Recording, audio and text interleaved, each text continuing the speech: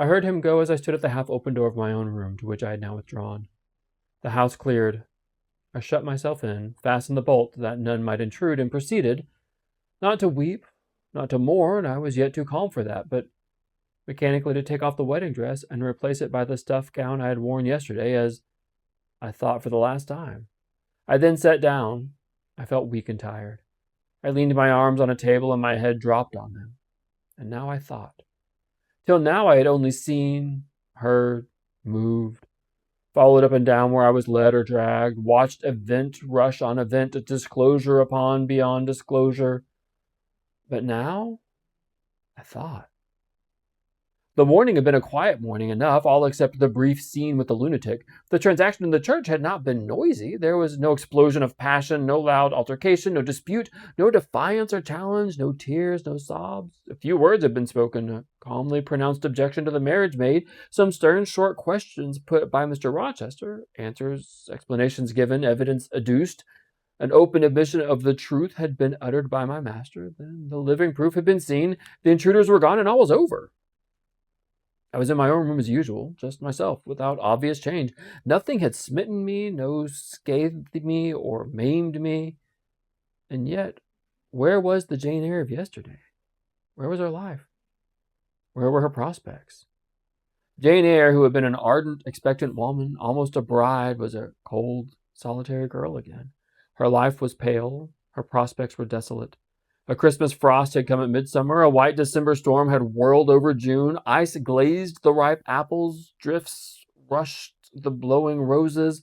On hayfield and cornfield lay a frozen shroud. Lanes which last night blushed full of flowers today were pathless with untrodden snow, and the woods which 12 hours since waved leafy and fragrant as groves between the tropics now spread waste wild and white on pine forest in wintry Norway. My hopes were all dead, stuck with a subtle doom, such as in one night fell on all the firstborn in the land of Egypt. I looked on my cherished wishes, yesterday so blooming and glowing. They lay stark, chill, livid corpses that could never revive. I looked at my love, that feeling which was my master's, which he had created. It shivered in my heart like a suffering child in a cold cradle. Sickness and anguish had seized it.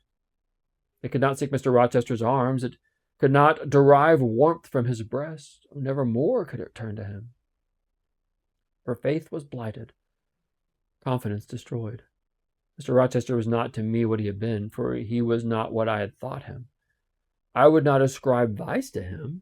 I would not say he had betrayed me, but the attribute of stainless truth was gone from his idea, and from his presence I must go. That I perceived well. When, how, whither, I could not yet discern, but he himself, I doubted not, would hurry me from Thornfield. Real affection it seemed he could not have for me. It had been only fitful passion that was balked. He would want me no more. I should fear even to cross his path now. My view must be hateful to him. Oh, how blind have been my eyes, how weak my conduct.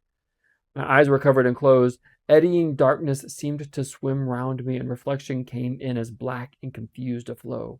Self-abandoned, relaxed, and effortless, I seemed to have laid me down in the dried-up bed of a great river. I heard a flood loosened in remote mountains, and felt the torrent come. To rise I had no will, to flee I had no strength. I lay faint, longing to be dead. One idea only still throbbed lifelike within me, a remembrance of God.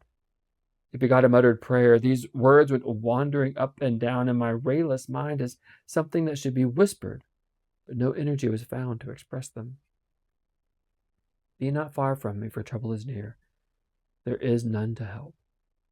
It was near, and as if I had lifted no petition to heaven to avert it, as I had neither joined my hands, nor bent my knees, nor moved my lips, it came.